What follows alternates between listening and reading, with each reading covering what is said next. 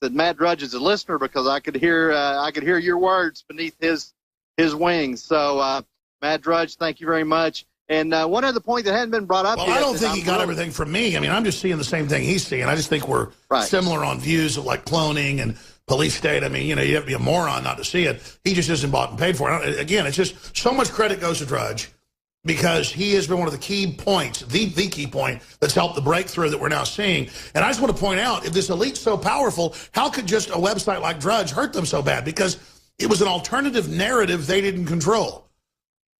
Well, it's called justice. That's how a website like his can take over like that. It's poetic justice. And one other question that I'd like to posit right now, I know we're about to cut off, so I think Donald Trump still knows and believes that Barack Obama has not been ever qualified to be president of the United States. So it's going to be very interesting to see if everything that Barack Obama ever signed should be null and void. I would love to see it. I hope that conversation happens when Donald Trump becomes president. It should be a fascinating ride. That's right. They're scared to death. They've got a dossier. They know he's a patriot. They know he's an info warrior. That's why they're crapping their pants about him. They know whatever he does in public, they've got his internet search history. They've got spies around him. They know the guy's an anti-globalist.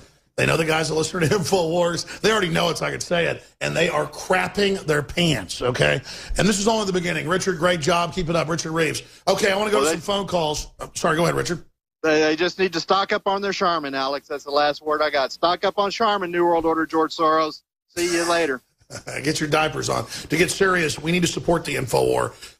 It's the best of times, worst of times. DNA Force is hard to source. It's such high quality, so organic. The Trailblazer, 25% off. We only do that a few times a year. It's about to sell out. InfoWarsStore.com, InfoWarsLife.com. But whether it's Secret 12 or Lung Cleanse or Super Male Vitality or Anthroplex or Child Ease or Knockout or our oregano oil, it's all the very best, the lowest prices you're going to find. InfoWarsStore.com, InfoWarsLife.com, or call toll-free 888-253-3139. Now, I've sold Hillary for President shirts at $5, at $9.95. I'm selling at $19.95 to pay for the banners, to pay for the 18-wheelers with the big signs, to pay for the Jumbotron videos. I kind of went crazy. I've gone over budget because I don't like being censored, but I know you're going to come through. We're already looking at like 80 grand I've spent on these airplanes and everything and everything. And it's really paying off. Hundreds of newspapers, TV, Hillary for president. You cannot, but all the shirts, we sell all the ones we have. It's like 60 grand.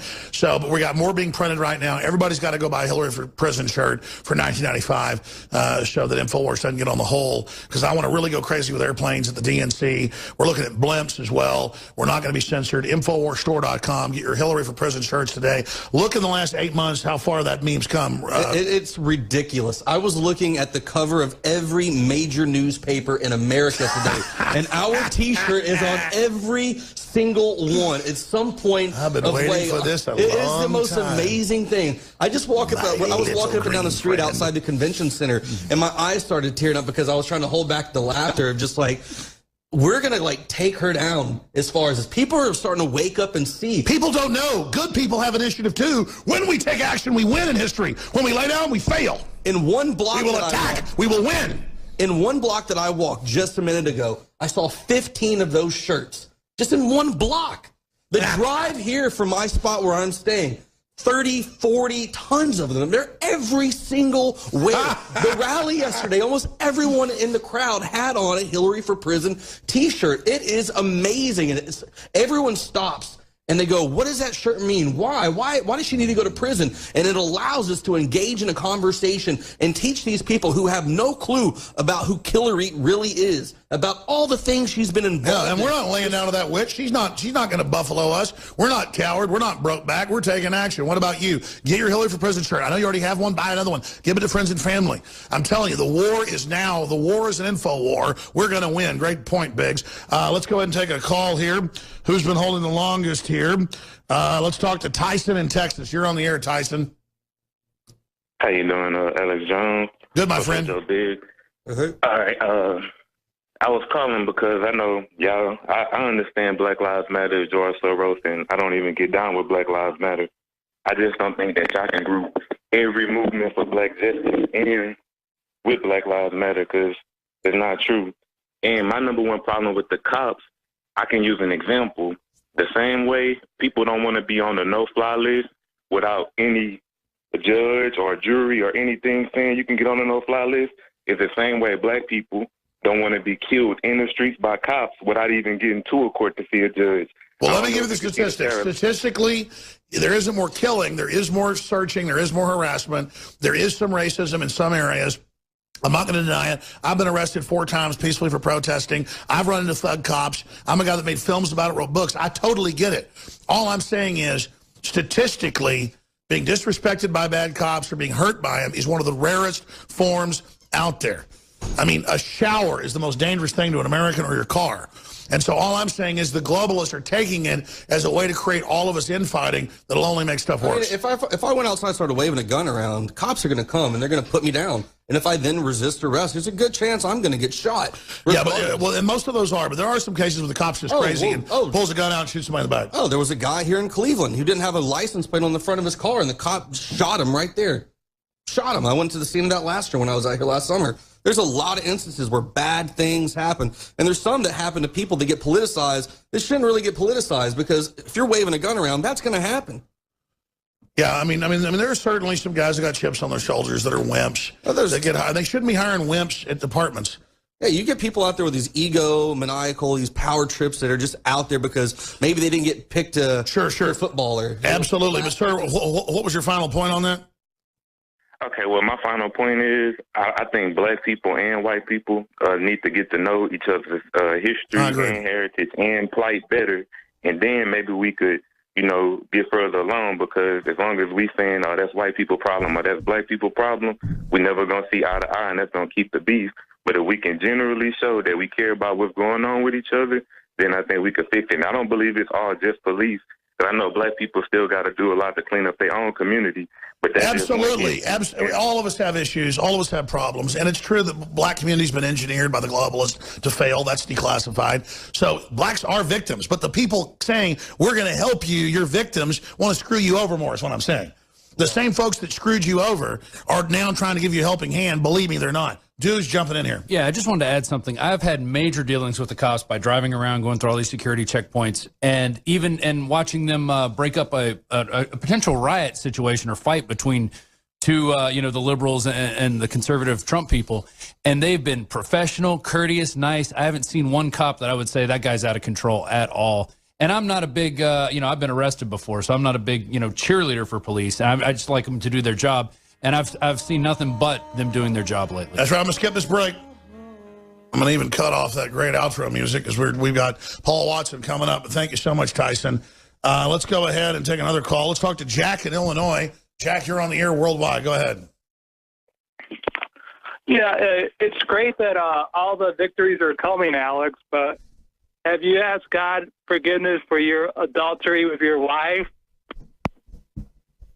Well, I don't know what you're talking about, but it's good to have a Pharisee call in and accuse me of some made-up garbage. But I'm glad you, number one, you called in and lied about what you were calling about. We don't screen your calls, by the way. You could have said you were going to say that, and I'd have had you on. BLM should be banned at RNC. And then they just call in with all this weird stuff, or like, you're Bill Hicks, or you work for the Vatican, and all. I'm not even Catholic. I mean, it's just like bizarre mental illness. But I guess that makes you feel good with your 5 or 6 Facebook followers. Let's go ahead and take another call here. Let's talk to Peter in Washington. Peter, you're on the air. Go ahead. Hello. Can you hear me? I can. All right. What I'm going to tell you is something that concerns me, and that's these electors. That secret, the crypto Trump people were working in Washington state convention, and they got both electors. Now, I'm not saying those guys are crooks. I don't know them. But here's the thing I want to historical event. In 1972, an elector from Virginia, Republican elector, instead of voting for Richard Nixon, who honestly won the election, voted for the Libertarian presidential and vice presidential candidates. And I forget the name of the president. But nothing came of it because Nixon was still elected.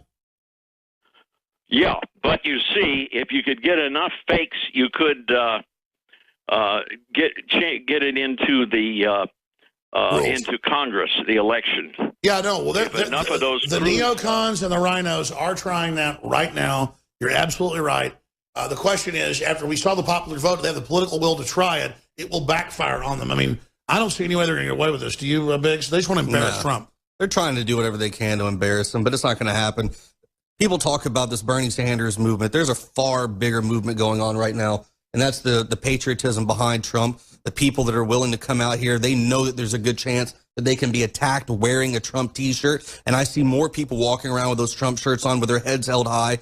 There's been a large movement to promote what it is to be an American, to be proud about it, to say the national anthem, to pray. You know, the fact that religion is almost being banned in schools now, and the fact that you can't wear an American flag T-shirt at your school is completely out of control. And people see that. And what Trump's doing, he's bringing back that patriotism, that it's okay to be an American. It's great to be proud. Stand up for what you want. The freedoms, having our guns, having our freedom of speech, that's what it all means. That's what Trump's doing. Yeah, that's it. We're not running up the white flag. We're not giving up. A great points, caller. I appreciate your call.